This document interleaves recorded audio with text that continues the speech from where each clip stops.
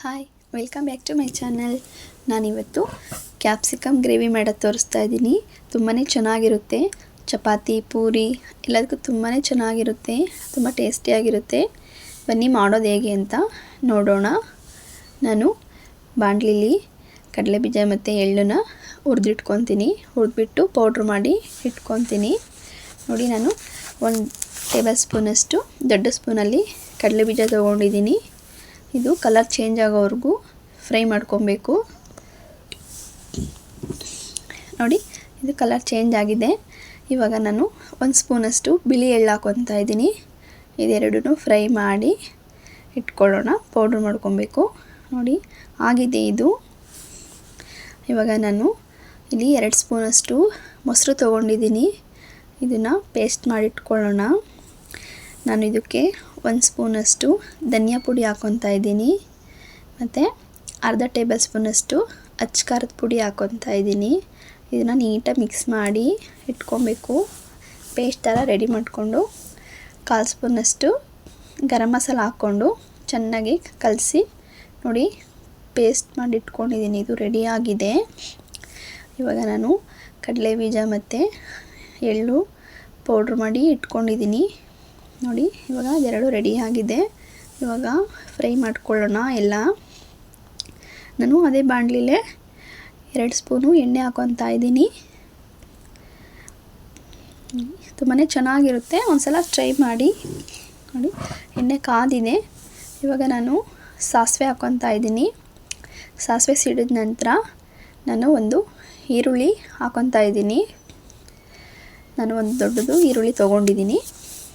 ಸ್ವಲ್ಪ ಈರುಳ್ಳಿ ಸ್ವಲ್ಪ ಫ್ರೈ ಮಾಡ್ಕೊತೀನಿ. ನೋಡಿ,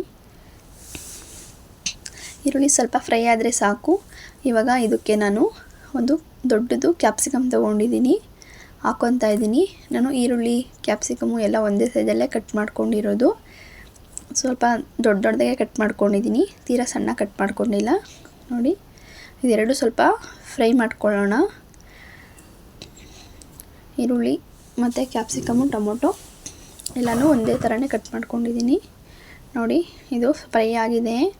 ಇವಾಗ ನಾನು ಟೊಮೊಟೊ ಹಾಕ್ಕೊತಾ ಇದ್ದೀನಿ. ನಾನು 3 ಒಂದೊಂದು ತೊಗೊಂಡಿದ್ದೀನಿ. ಈರುಳ್ಳಿ, ಕ್ಯಾಪ್ಸಿಕಮು, ಟೊಮೊಟೊ. ಇವಾಗ 3 ಫ್ರೈ ಮಾಡ್ಕೊಳ್ಳೋಣ. ನೋಡಿ, ಫ್ರೈ ಆಗಿದೆ ಇದು. ಇವಾಗ ಇದಕ್ಕೆ ಪೇಸ್ಟ್ ಹಾಕ್ಕೊತಾ ಇದ್ದೀನಿ. ಮೊಸರು ಕಲಸಿಟ್ಕೊಂಡಿದ್ನಲ್ಲ, ಆ ಪೇಸ್ಟನ್ನು ಹಾಕ್ಕೊತಾ ಇದ್ದೀನಿ. ಅದೇ ಬೌಲ್ಗೆ ಸ್ವಲ್ಪ ನೀರು ಹಾಕ್ಕೊಂಡಿದ್ದೀನಿ. ನೋಡಿ, ಇವಾಗ 1/4 ಟೇಬಲ್ ಸ್ಪೂನಷ್ಟು ಅರಿಶಿನ ಹಾಕ್ಕೊಂಡಿದ್ದೀನಿ. ಮಿಕ್ಸ್ ಮಾಡ್ಕೊಳ್ಳೋಣ ಇವಾಗ ನಾವು. ನೋಡಿ, ಇದೆಲ್ಲ ಫುಲ್ಲು ಮಿಕ್ಸ್ ಮಾಡ್ಕೊಳ್ಳಿ. ಈ ಥರ ಒಂದ್ಸಲ ಟ್ರೈ ಮಾಡಿ, ತುಂಬಾ ಚೆನ್ನಾಗಿರುತ್ತೆ. ನೋಡಿ, ನಾನು ಅದಕ್ಕೆ ಒಂದು ಸ್ವಲ್ಪ ನೀರು ಹಾಕ್ಕೊಂಡಿದ್ದೀನಿ. ಅದಕ್ಕೆ ಸ್ವಲ್ಪ ನೀರು ಹಾಕ್ಕೊಂಡು ಮತ್ತು ನಾನು ರುಚಿಗೆ ಉಪ್ಪು ಹಾಕ್ಕೊತಾ ಇದ್ದೀನಿ. ಕಲ್ಲುಪ್ಪು ಹಾಕ್ಕೊಂಡಿದ್ದೀನಿ. ಇವಾಗ ಇದು ಪೌಡ್ರ್ ಮಾಡಿ ಇಟ್ಕೊಂಡಿದ್ದಲ್ಲ ಕಡಲೆ ಬೀಜ ಮತ್ತು ಎಳ್ಳು, ಅದನ್ನು ಹಾಕ್ಕೊತಾ ಇದ್ದೀನಿ. ಅದು ಒಂದು 2 ಸ್ಪೂನಷ್ಟಿದೆ. ಅದನ್ನು ಹಾಕ್ಕೊಂಡು ಎಲ್ಲನೂ ಮಿಕ್ಸ್ ಮಾಡ್ಕೊತಾ ಇದ್ದೀನಿ. ನೋಡಿ, ಕುದಿ ಬರ್ತಾ ಇದೆ. ಇವಾಗ ನಾನು ಇದನ್ನು ಮುಚ್ಚಿಬಿಟ್ಟು ಒಂದು 5 ಮಿನಿಟ್ಸು ಮೀಡಿಯಮ್ ಉರಿನಲ್ಲಿ ಬಿಡ್ತಾಯಿದ್ದೀನಿ. ನೋಡಿ, ಇವಾಗ ಪಲ್ಯ ಕುದೀತಾ ಇದೆ. ಅದು ಗ್ರೇವಿ ಎಣ್ಣೆ ಎಲ್ಲ ಬಿಟ್ಕೊಂಡಿದೆ.